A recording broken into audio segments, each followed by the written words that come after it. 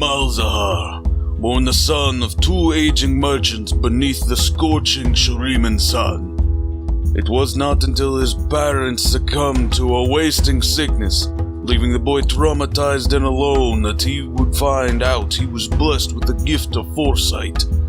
Left to fend for himself on the streets of Amakara, he reads fortunes in the gutters for scrap and coin. Over time, his reputation grew, and soon he began to receive patrons dressed in fine robes and jeweled slippers, rather than the rags and dirtied sandals of his former clientele.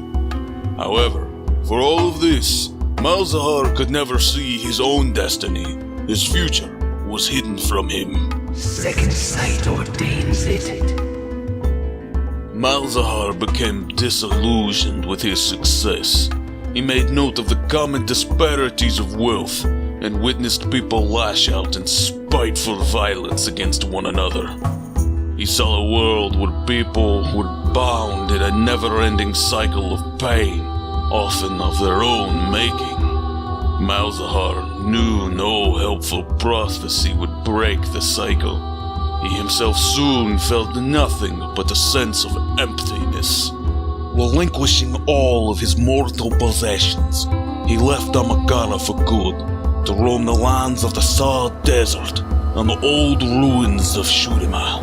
Finally, he was alone with his own thoughts, divining the cruelty of people and how corrupt the world would truly become. Fevered visions began to plague his waking hours, along with whispers that spoke of strife and war. Malzahar endured endless suffering.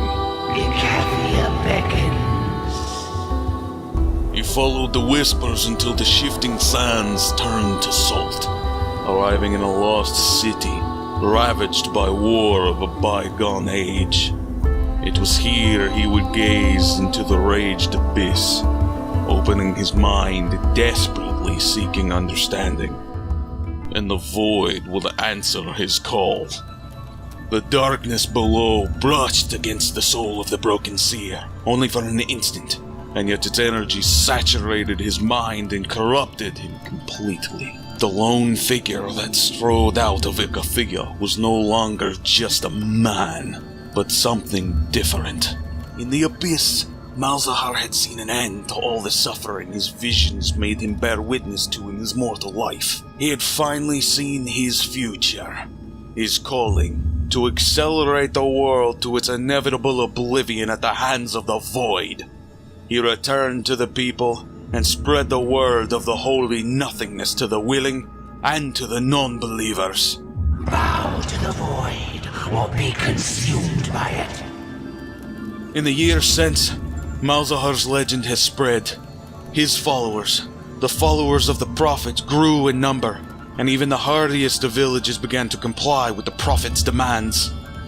Powerful quakes began to spread across Shurima, opening up fissures in the bedrock and swallowing up whole villages. Little did the people know that their actions would help Malzahar shepherd the coming of the great end.